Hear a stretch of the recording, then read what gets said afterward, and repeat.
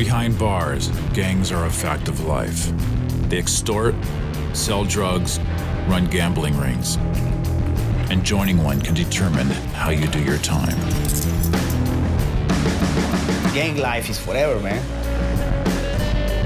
For 1 year, National Geographic followed the lives of inmates and officers in the state of Ohio.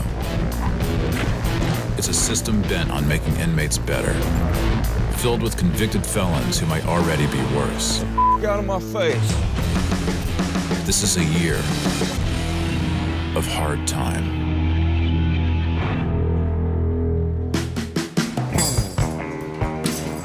In a world filled with convicted felons, fighting can be a way of life. And this afternoon at Ross Correctional Institution, Charles Philon is headed to segregation for squaring off with another inmate. Again. Man, this is my 21st time in 3 years, man. 63rd ticket, man. I'm selling with anybody, man. They can respect me, man. Or put me in their house, man. I'm not selling with nobody. In prison, every fight has a reason, and this one is gang-related. Philon is a member of the Heartless Felons, and he's just been in a fight with the Bloods, the dominant group at Ross. They don't like me. They don't like the way I move. They don't like the way I am. Bloods mostly. Columbus people. I'm from Cleveland. I'm out of place. Man, I'm outnumbered, so I always get tried, man. Philon's fight is just the beginning. In a world that relies on strength in numbers, Philon is alone. And he will have to answer for his attack. Ross Correctional Institution is home to 2,600 inmates and 2 very different worlds. The South Side is medium security, level 2. The ones who follow the rules and reap the rewards. Life here means greater privileges, smoother time that good behavior has earned them. The North Side is a tougher place to do time. It's closed security, level 3. A designation earned by an inmate's crime, behavior, and gang activity. On the yard and on the tiers, the gangs are a visible presence, and for those who choose it, a way of life. Many are doing what's called flat time, a tough group to manage. They know exactly when they're getting out, have nothing to lose, and fight to carve out their own turf. The Bloods are known for extortion, robbing and stealing to get what they want. The Aryan Brotherhood runs the gambling rings and enforces their own brand of racial separation. The Hispanics are the upstarts, few in numbers, but known for dealing drugs and making weapons. They are competing factions that can make for a volatile mix. There's strength in numbers. And plus, we try to dominate over everything, you know what I mean? If we want to do something, we can do it whenever we want, however we want, no matter what. Can't nobody stop us. If somebody try to stop us, smash him out and get him out the way. There's people who's not members, but in some way, shape, form, or fashion, everybody's affiliated. Gangs run everything. Everywhere you go, you ask anybody, and it's a gang that runs that joint. I've been in extortion, you know, I've taken hits for people, to make money, you know what I mean, to get what I need. Certain things I'll take from, I'm a predator, man. I am at the top of the food chain. 29-year-old William Sams fashions himself the quintessential gangster. He's white and violently proud of it, a ranking member of the Aryan Brotherhood. The power makes you comfortable, and here that's what you shoot for. You get your hands in everything. Get your hands in the dope. Get your hands in the black market. It's all about, making money and controlling that part of the prison, man. I can lay back and relax, but I like what I do, I enjoy fighting. I enjoy getting in trouble and partying and getting drunk and beating up black dudes, and that's my thing. I enjoy that. By joining the Brotherhood, William Sams has chosen to leave his free world life behind. And with that change, a new name, Bulldog.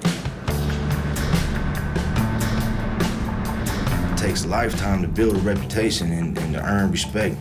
It only takes 10 seconds to lose that, you know? A nanosecond, you can become a just like that. In 2005, William Sams got into a drunken brawl with another man, stabbing the victim to death with a broken beer bottle. He was convicted of felonious assault and manslaughter, and his sentence will keep him behind bars until he's 40. A perfect mark for the gangs, young and angry with a long sentence and nothing to lose. I had been in the joint about 3 months when I was approached. I had been fighting left and right, you know what I mean? Because that's what I do. The young inmate starts at the bottom, muscle for an organization that requires putting in work to rise. And Bulldog is as ambitious as they come. There's only two kind of people in here, it's predators and prey, you know? And I consider myself, I'm not arrogant or nothing or being, funny, but I'm at the top of the food chain, you know? Fight, stabbing mostly, you know what I mean? If you're not willing to stab something, then don't even approach me, because that's what we do. That's putting in work, you know what I mean? That's gangster, dirty white gangster. The constant threat of violence makes gangs one of Ohio's greatest security threats. There are over 1,000 classified factions in the system, and they are at the center of a vast network designed to keep them in check. Right when new inmates walk through the back door, officers are there to meet them, to check their gang tattoos and affiliations. On the tiers, regular shakedowns target gang artwork and communications to determine who's in charge and what rivalries are heating up. You got SWP up there, Supreme White Power. And gang coordinators like Jeff Clark track the players with on-the-ground intel. The recreation yard is a good source of intelligence for us as prison officials. You can check the poles here, and obviously the group that hangs out here the most is the one marking the poles up. You see the double lightning bolts, the swastika, 126612. That's actually a code. That's just alphabet code. The letters of the alphabet's Aryan Brotherhood forever, forever Aryan Brotherhood. That's your MS-13, Gangster Disciple, which is 7-4, double lightning bolts, 88, Heil Hitler. Then you got Crip down there. They're marking their territory kind of like a dog peeing on a tree. They mark it out and people see it and it's like, hey, this is our spot. I checked the handball courts to see if they've been sharpening shanks. This is where the Latinos hang out and play handball. You're looking at where they've taken a piece of metal to sharpen down and they rub it against the wall because this is very, it's like sandpaper. And they'll just, while they're playing handball, they'll wait and they'll look around. If they don't see anybody looking, they'll go over and rub the shank on there for a little bit and get it nice and sharp and then take it back to the unit with them. Just, check it and see if there's any dust, because if there's fresh dust on there, it means they've been doing it, within the last day or so. This looks to me to be fairly fresh, probably within the last day or two. To me, it looks like that they're making weapons and they're probably either selling them or stashing them for a rainy day. They've marked their territory. You've got MS-13 here. That's just, hey, this is ours, leave it alone. That's just kind of the way it works out. Just like the other side, you've got all the lightning bolts and the white power stuff. Well, it's a place to get out and, exercise, obviously, but it's also a place where they take care of their business. You see who's hanging out with who. If there's an issue between two groups, you'll see it because one group will be in one area, the other group will be in the other area, and it usually tips us off if there's something getting ready to happen or whatever. We can get people down there and intervene. When I interview an inmate or talk to a guy on the yard, I'm always looking for information. I didn't even know you had a tattoo. That's good. Medusa? Yeah. What were you mad at me about? I want to know. That deal with Skaggs? What, get one of him moved over? Yeah. What's wrong with How that? did you get that dirty urine? Yeah. I guess they don't think that I'm gathering intelligence every time I talk to them. Hey, Cody, where's Jesse? Is he out here? I don't know what you're talking about. How you doing, bub? Gangs are part of prison life. Reno 13, you can either let the gangs control the prison, or you can kind of, work out a happy medium where you control it and know that they're here. Their prime concern is money and power. The reason they're in the gangs is money, power, and in some cases protection. That's what they do it for. Protection, though, requires numbers. And with numbers comes strength. But for gangsters like Charles Filon, Ross is a lonely place. And he considers his ability to fight his best protection. Charles Filon entered the correctional system as a minor. But after committing 2 assaults in juvenile detention, he was sent to prison on a 5-year sentence. His conviction cut short a budding life of crime in Cleveland. I'm just running around the streets, man, just doing stupid stuff, fighting, stealing cars. Made me feel like somebody, made me feel like I was doing something. Rather than leave the streets behind, Filon made a choice, joined a gang. I joined Northern Felons because it fitted my story. It fitted my character. That's how I was feeling at the time, heartless. Inmate Filon, can you give me your full name and number for the record, please? Charles Filon, 519-109. Today, Filon is in disciplinary court for fighting, again. His past prison assaults have already led to additional charges and 5 more years on his sentence. Just the latest charge in a long history of violence behind bars. You do understand your record is terrible. You've got to stop. You have got to stop.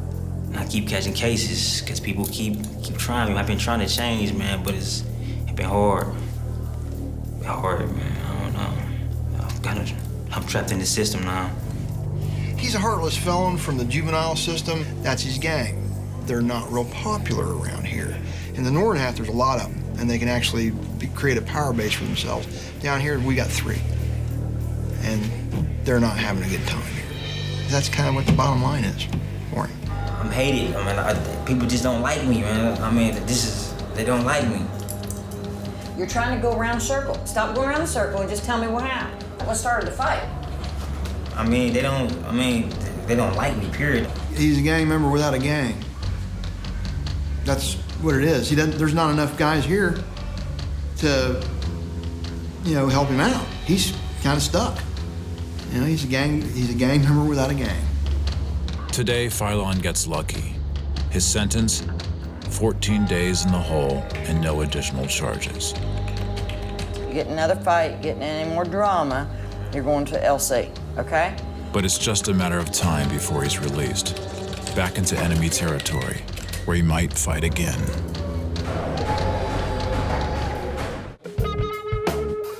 At Ross Correctional Institution, 5A is the revolving door for rule breakers. Once a normal housing unit, the dorm has been converted to segregation, the hole, for troublemakers who often belong to a gang. They are gang members that are bound by their own set of rules, their own code of conduct, and who pledge their allegiance to a way of life built around respect. You're not going to disrespect me, and you're not going to dog the people I'm loyal to, because, by any means necessary, I'm going to come get you. Any disrespect will kill it right there. Anything tarnishes your reputation, anything. It takes years to build that respect and that integrity from people, and it only takes 10 seconds to lose it. Once you lose that respect, you're at the bottom of that food chain, and then it's all bad. The question of respect is what landed William Sams, known as Bulldog, in the hole for fighting. You gotta not give a by getting beat up, getting your face bashed in. I don't give a you know what I mean? I heard AB, and then I heard, sucking all this other I'm 0 tolerance, man. I go 0 to 90 in 1 second. I've been gone for so long that most of my people are, they're moving on. And I can't fault them for that. They don't even know me anymore. You lose the family on the street, so when you click up in here, that's your family in here. And the same values are incorporated there. The loyalty, the love, the trust, the respect, and it makes you want to become a part of that. That family-like loyalty came into play in Bulldog's charge. A fight with a black inmate that escalated when another Aryan brother, Donnie Silvers, jumped into the fray. It's just the sort of incident that represents a major threat to the safety of the prison. 3 years ago, a gang fight that divided along racial lines erupted on Ross's North Yard. More than 70 members of white and black gangs jumped into the brawl. You're looking at a gang-related fight between the Aryan Brotherhood and the Bloods. Officers in the control center were advised by radio that there was going to be a problem on the North Rec. Down in this area, you'll see a guy run across and just deck a guy over in this area. There he goes. The AB guy strikes one of the Bloods gang guys. What you've got, the ABs are on this side, and then you've got some of the Bloods gang members on this side. When you get to that point where you've got two groups of guys and they're facing off like that, if something goes, they're obligated to participate. If you're a gang member and you don't do it, well, guess what? The consequences are somebody's going to beat you over the head and you're going to get stabbed. The fight is broken up as quickly as it starts. 28 gang members are written up and punished. Some are even transferred to other prisons. It's all part of the state's strategy for disrupting the gangs. Break them up before things get out of control. And that process often goes through the prison judicial system. Today, Bulldog is headed to his hearing.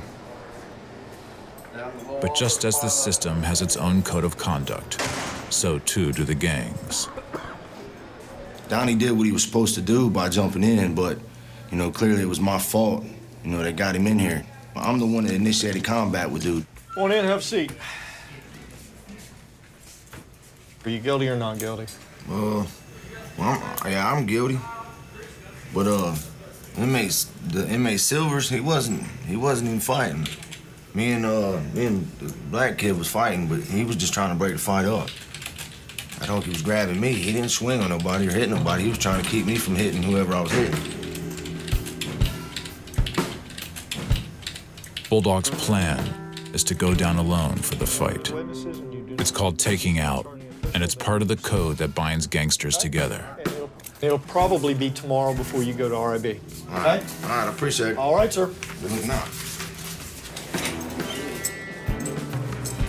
the only things I value are my brothers, and pretty much that's it. You know what I mean? Anything outside of my dudes in here, I don't care about anymore. I've lost that. My loyalty lies with the people I associate with in here, and that's it. Hey, Bulldog. Yeah? You ain't got no ibuprofen or nothing? I told you I ain't got none, dog. I need something from you. I need to get Donnie out of trouble. Donnie, to me, that's my little dog, man, you know? I see me and him, you know what I mean? He's young, he's like 23, you know what I mean? He's a young cat, but I see myself at his age, you know what I mean, when I look at him, so he's my protege, you know? I created him, man, and I'm proud of him, you know what I mean? Yeah, hey, listen, don't go, you know what I mean? Don't go out there on some you hear me? Bulldog will need more than just his testimony to get Donnie released. The victim is facing charges for fighting as well, and his version of the story could ruin the plan. As the Aryan brothers watch each other's back, another pair of inmates are coming into segregation, about to face their own test. A routine search uncovered white powder suspected to be cocaine, a serious offense behind bars. Now 2 cellmates, one with ties to the Bloods, are on lockdown. I said, what's going on? And he said, well, you know, weapons and drugs is not supposed to be in a facility. I said, what y'all charge me with a knife? He said, no, drugs. That's crazy. And my cellie said he didn't have it. Delshawn Nix and Darren Hagwood are both from Columbus, Ohio. A tie that can be as strong as a gang here at Ross. They're both young and facing long sentences for violent crimes. According to Columbus police, On a July night in 2007, Darren Hagwood and a friend broke into the home of a 75-year-old man who put up a fight. one of the suspects reportedly shot and kills Massey. Columbus police charged the alleged triggerman, Darren Hagwood, age 16, with aggravated murder. A 2009 robbery gone wrong landed Delshawn Nix in prison as well. Columbus police say 3 men entered the Ipton restaurant and robbed the business, along with 2 customers inside. In a split-second decision, Nix's crew opened fire, killing the cook, a father of 5. I mean, the wrong place at the wrong time, basically. Man, I didn't think it was gonna get that bad. But like I said, man, it is what it is, man. Can't take it back now, I'm here. Hagwood got a 20 to life sentence, Nix a flat 20. And now both are facing the same charge of having drugs in prison. 2 inmates, bound by the same code, the G code. G code is basically saying you never tell. You don't tell on your worst enemy. You don't tell on your best friend. That's basically what the G code is. You don't tell. Never tell on nobody. I wouldn't even want to put my worst enemy through this, so I wouldn't tell on nobody. The codes, go back to the codes. I'm in prison for 20 years for somebody snitching on me. You don't do that. You gotta stick to the code. The G code is something that can be seen all across Ross. An inmate code of silence that's hard for the prison to break through. Officers regularly shake down inmates to root out contraband, drugs, and weapons. Where's the gun? Is it in here? Found the ink. Where's the gun? But anyone who appears to cooperate, to talk to the officers, risks being labeled a snitch. Something Hagwood and Nix know well. Now, it's Rule 39, which is possession, manufacture, consumption of drugs or intoxicating substance. How do you want to plead, guilty or not guilty? Not guilty. All right, Nix. Rule 39, are you guilty or not guilty? Not guilty. They basically saying if he don't take blame for it and I don't take blame for it, then we both gonna get charged and I guess gotta face the consequences. The prison has already sent the powder out for testing. If the result comes back positive for cocaine, the young inmates could face new charges and more time.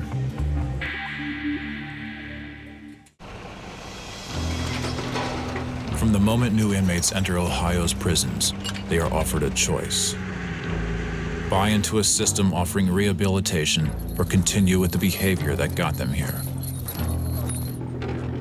Ohio is one of only 2 states whose Department of Corrections has rehabilitation in the name, and the system takes it seriously, offering education, career training, and jobs in the hopes that inmates will never return.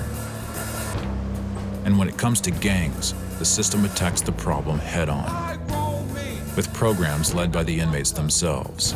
I want to talk to y'all a little bit about this gang stuff. Lifers, who know the ins and outs of doing hard time, help prepare the rookies for the pitfalls that lie ahead. Every last one of y'all gonna be recruited when you get to where you're going. Every last one of y'all. My Aaron Brotherhood, y'all kick up much dust. You got your Crips and your Bloods, your Vice Lord, your Kings, whatever you want is in here. Be your own man, man. Don't let nobody think for you, man. Be your own man. This is not what you want to do with your life, gentlemen. Right now, it don't make no sense. But when it comes to the programs, many are voluntary. Participation comes down to a choice. Choice is at the heart of how you do your time. This is 9 House, and it's reserved for some of the prison's worst offenders. Inmates here live in single cells and spend 23 hours a day on lockdown. No phone calls, no commissary, true segregation. To be a gang member in 9 House means that you've broken the rules and are on the system's radar. Among them are shot callers.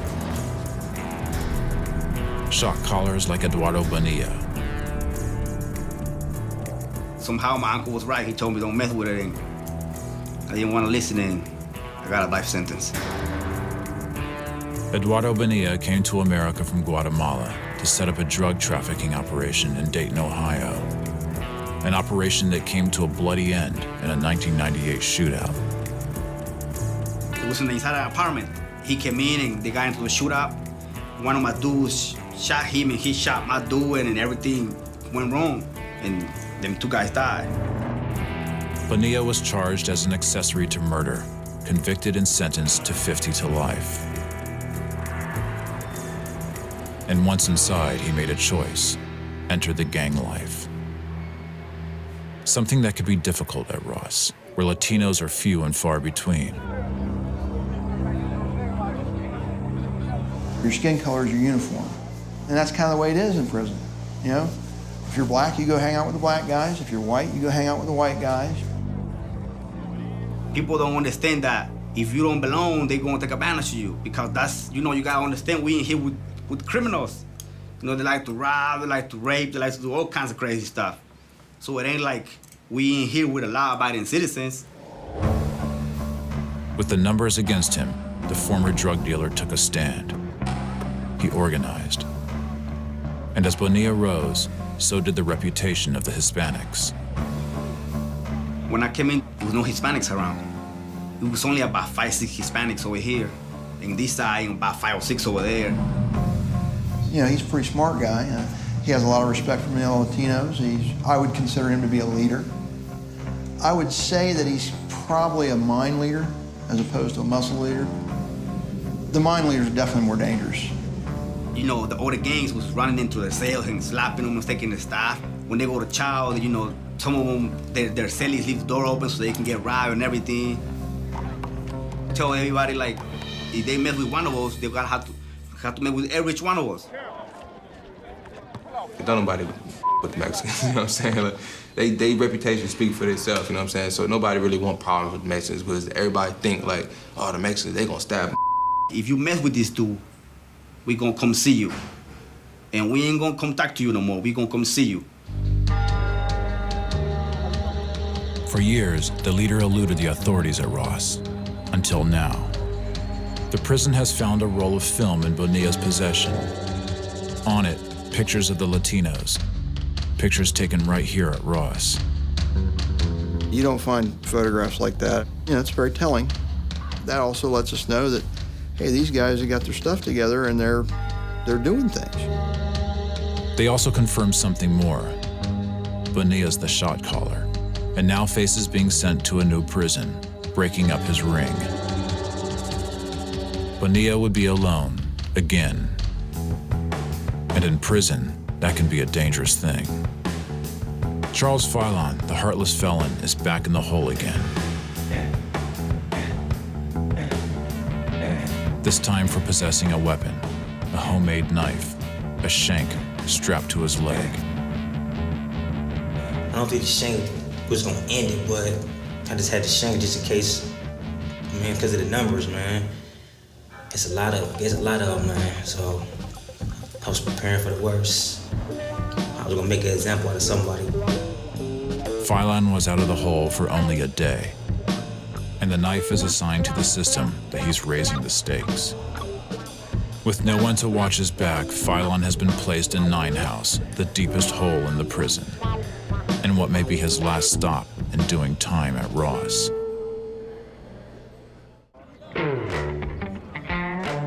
In prison, some offenders will say and do anything to try to beat the system. And when gangs are involved, the balance shifts. Power and intimidation can come into play. Today in segregation, Aryan Brothers Bulldog and Silvers are having their day in prison court.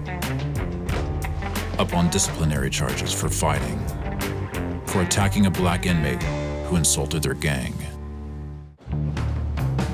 Donald Silvers, 425-309. Inmate Silvers, you appear before the Rules Infraction Board today charged with Rule 19 fighting with or without a weapon, including instigation or perpetuation of a fight. How do you wish to plead to the Rule 19? Not guilty. This is your opportunity just to tell me what this is all about. Me and Sam's was coming back from chow, and I guess him and the guy had words in the chow hall. I guess I didn't know. Well, I know we're walking back from chow, and I'm talking to Sam's. Next thing I know, I turn around and they're fighting. So I get in between them and try to break it up.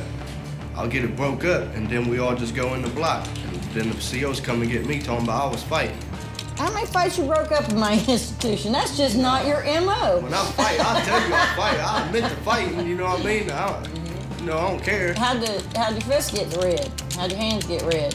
I went to IHS, there was no marks on my hands or nothing. I got tattooed, the flames on my hands. See the flames, the pink flames? You got a little scratch right there. Did you admit to fighting to Officer Anderson? Nah, I told them I wasn't fighting. They took me to IHS and checked my hands and everything, and made me take my pants down and everything. Okay, well, you realize the officer said that you were involved in the fight, right? Yes, ma'am. Is it over? As far as I know, it was never started. Okay. All right, have a seat outside. We'll make disposition, call you right back in. All right.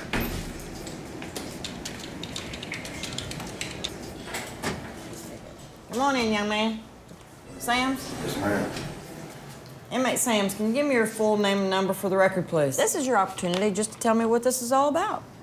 One guy said something real fly on the way back from chow. I turned around and hit him, and What'd he say? something about call me an AB. So I let him have it. Are you AB? Yes, ma'am. Bulldog instigated the fight, so by gang code, he has to take the blame alone. Sams, 519-898. And get the charges against Donnie dropped. Donnie was just trying to break the fight up. The other guy last time was Izzy Silvers.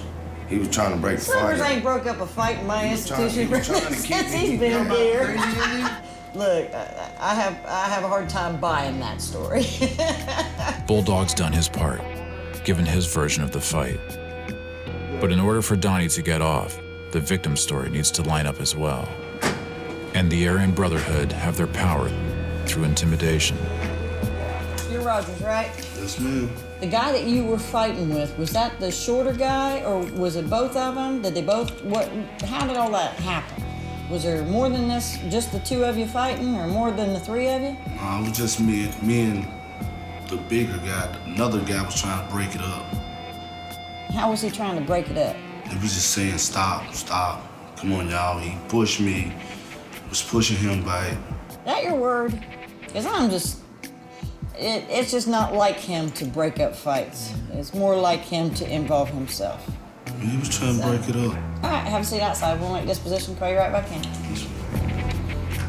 The victim's account matches up, and based on the testimony, Donnie is set free. It's testimony, though, that wasn't the whole truth. Testimony Bulldog had a hand in. You know, I conversed with him, and I asked him to do, the right thing. And he knows the code. So I had to go in there and, I had to write him notes and tell him, look, man, this is what you say. Is the situation over between you and this guy? No. You sure? Yes, ma'am. I had to talk to the guy into making sure he didn't say, that they jumped me. Because if he went in there and said they jumped me, that's all it takes. We're ABs. He knows, if you don't do what you're supposed to do, you can't go anywhere in the state. I mean, where are you gonna go? We're everywhere, We're everywhere. So he went along with it. I don't know if it was out of fear, if it was out of respect. He knew he was wrong. But either way, I'm satisfied. It worked. Bulldog's power play was built on the solidarity of his gang. And the code that binds inmates together. A code that is about to face another test. Darren Hagwood and Delshawn Nix are in the hole after a white powder was found in their cell. A white powder only suspected of being cocaine, until now. Certain hit. Okay, so it did test positive. The lab results are positive, and the stakes are raised. The pair could now face criminal charges. They talk about giving people extra years, and 9 times out of 10, they always find people guilty. This is my main goal, is to be found not guilty on this charge. I'm tired of this. With more time on the line, Nix is changing his tactic, leaning on his former cellmate. He been talking to me. He been trying to talk to me about it. Like, every time he walk by my door or when he go outside to wreck, he always try to squeeze something in like, oh, bro, man, you should take out for it, bro. You got more time than me. So, Hagwood, you might as well just take out for it. Yeah, I don't know what. For real. He should just take the rap for it, man. You got the life tail on you. You can just say it was yours. Hey, Hagwood. I was trying to get it through his head, like, what's the use of both of us being back here? We can't do nothing for one another or nothing. It's another piece of the G code. Inmates with longer sentences and less to lose take the rap, and in return get taken care of. If I take the charge, I expect him to shoot things back here to me. Like if I need something, I just write him a letter or send him a kite saying, this is what I need, can you shoot this back here? We need some money on his books. I have money sent to his books. If we need coffee, I'll get him coffee back here, whatever he need. Like basically, I'll be willing to look out for him.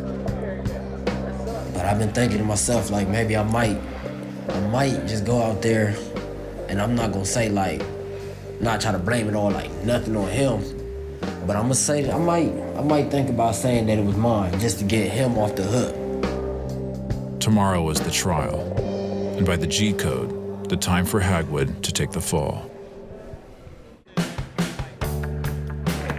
At Ross Correctional Institution, maintaining control is a delicate balance. When a single inmate gains too much influence, the balance of power can shift, and the system responds. The people that's organizing and keep them on the track and running the money and running the dope, whatever the case is, that's the ones you get rid of, the organizers. You step in and cut the head of the snake off. You keep them disorganized. Keeping gangs disorganized at Ross means time in the hole, but that's just a temporary solution.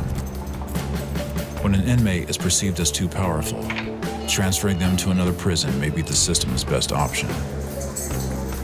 A fate Eduardo Bonilla is facing today in a prison judicial review.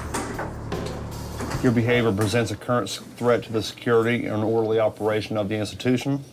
You function as an active member involved in a disruptive security threat group, which is Rule 17, and you're a member of the MS-13s, correct? Yes, sir. Okay. The review is a full assessment of Bonilla's prison history, a history that now includes possibly smuggling a camera into Ross. They found film in your pack-up, is that right? Yes, in my property. How did you come about that film? I can't really say anything without incriminating nobody else, you know? Okay. So, why would you hold on to film? I mean, certainly you know it's a violation of institutional rules to have something stolen from, either stolen from the institution or had an illegal camera sent in with film in it. I don't know which it was, you're not talking about that, but why would you hold on to the film? I was supposed to send it out, and you know, they found it before I got to send it out. So how many times have you sent film out? That was the first time. Okay, do you have anything else you'd like to say to the committee? No, nothing. With the hearing complete, all that remains is a final decision and more time in the hole.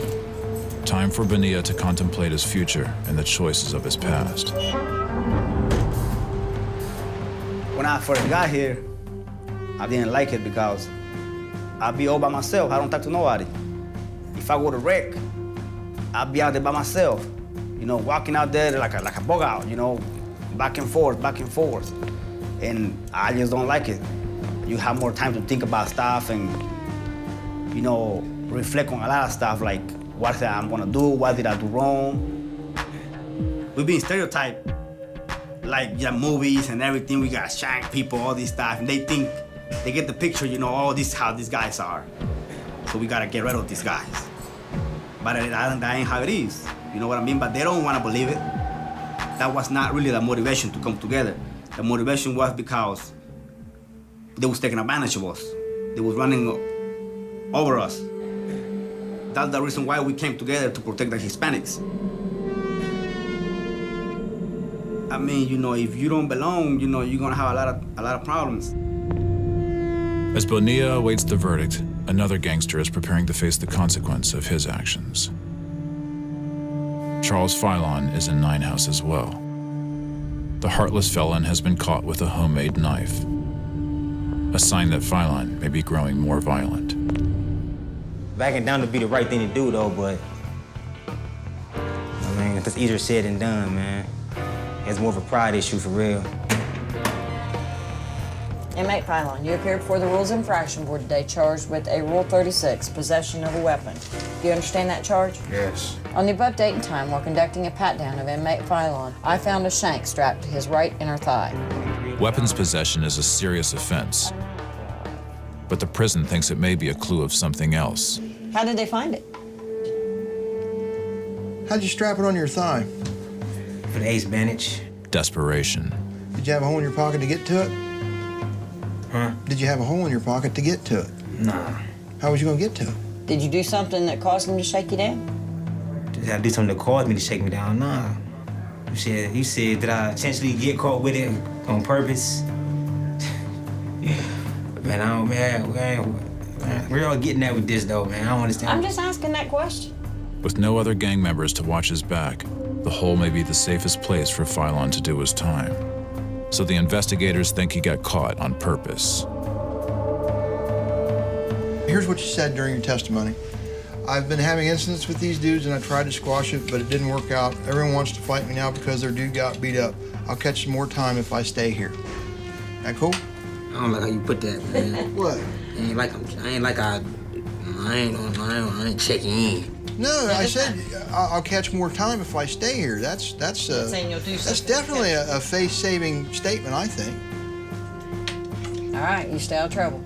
All right, young man? Yeah. All right. Phylon gets 15 days for his actions. 15 days in segregation. Wait, you'll get yourself in too much trouble down there. The heartless felon has gotten something else. The possibility of new charges and more time in prison for weapons possession. More time on his ever-growing sentence. In the segregation unit at Ross Correctional Institution, it's trial day for Deshaun Nix and Darren Hagwood. They're up on charges of drug possession, and Nix has orchestrated a deal. Hagwood takes the rap and in return gets taken care of.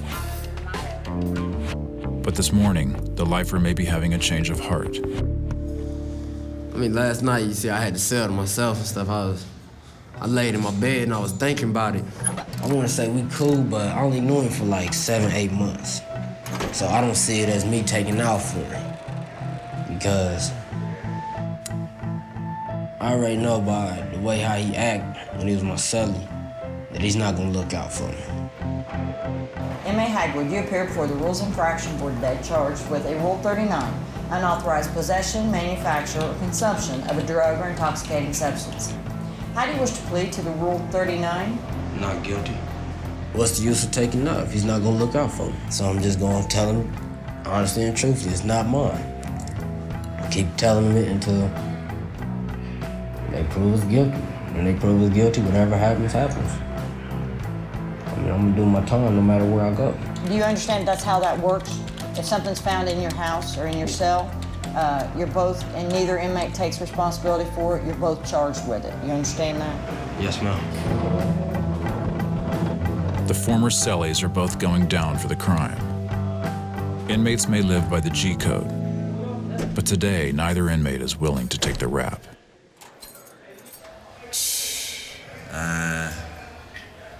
Just sitting here, man, what's really going through my mind is beating dude up for changing his mind like that. I can't believe this. I told him yesterday, I said, man, you go ahead and say it's yours. I'm gonna get you food, I'm gonna get you whatever you want while you back here. So he's like, all right, man, I'm gonna do that for you. Now he changed his mind. Hey, tell that nigga I said come to the window. I said he act like 90 days is gonna kill him. Man, I thought we had an agreement yesterday, but this nigga changed his mind. This nigga talking about he want both of us to be back here. What's up with Nah, I tell him come to the window, dog. I gotta tell him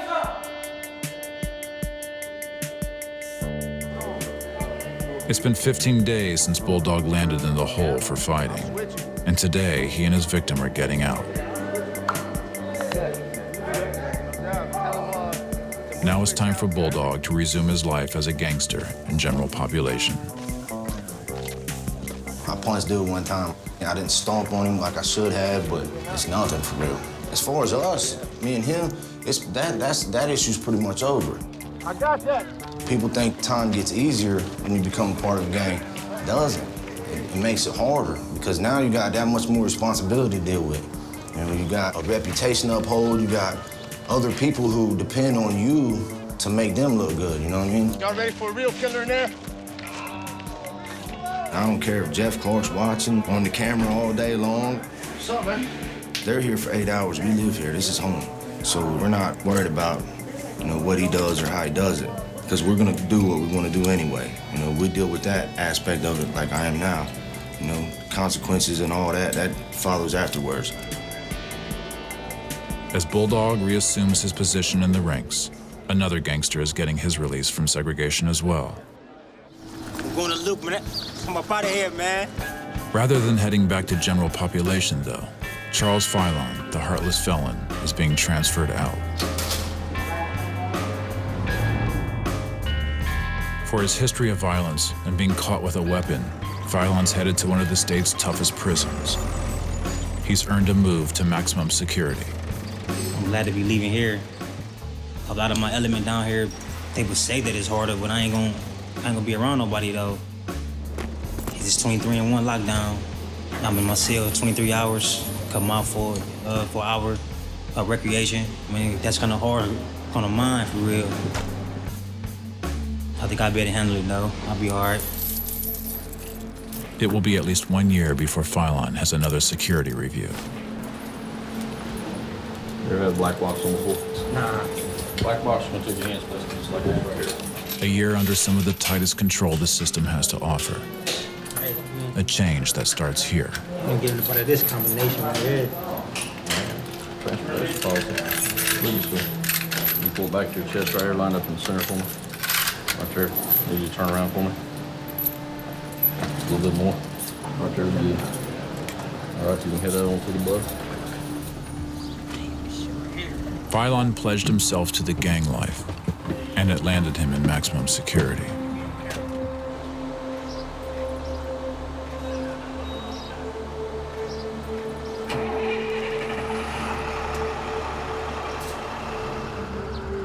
As the heartless felon heads on to the next level of doing time, another gangster is being given one last chance. The final verdict came down, and Eduardo Bonilla is staying at Ross, returning to general population. I was happy, I was real happy about it, and I feel like, it was just like everything was hitting me all at once. And at one time, I thought I was real strong, but I realized that I got my weaknesses too, When they told me they wasn't gonna write me out, I kind of felt like kind of relief, like maybe everything ain't gonna go wrong after all, Oh, Luch, what's up, man? Bonilla spent nearly 5 months in the hole, but the self-made gang leader already seems to be taking back the reins. Oh, vato, felicitaciones por tu GED. His release has come with a clear message, though. He's being watched by a system holding the gangs in check. Gangs are a part of prison life. They're going to be here. We can't get rid of it. It'd be like trying to get rid of gambling. You can't get rid of gambling. You can't get rid of a lot of the things that go on in prison. There ain't no getting out of it. Maybe, while we in here, we can't because, we gotta be together. In order to avoid being extorted, in order to avoid being robbed, in order to avoid being, mistreated and everything, we gotta be together. I could try to think in 1,000 different ways how to get out of it, but I won't let myself get out of it because I don't look at it like a gang. I look at it like they're my brothers, like they're my family, like we're together for the same cause. Gang life is forever, man. This is it. This is my world right here. This is life. As long as you go balls to the wall every day, that's, you'll make it good. You survive good. Do I look sad? Do I look miserable? I do what I want to do, I got a good name in here. I've got my reputation. Yeah, there's no bras, there's no money, there's it's nothing here. I can't say that it doesn't bother me. At night, I sit there and lay there and I'm miserable, but I don't let anybody else see it. Because that's just another weakness to peel away at, Any sign of weakness is rap. Hey,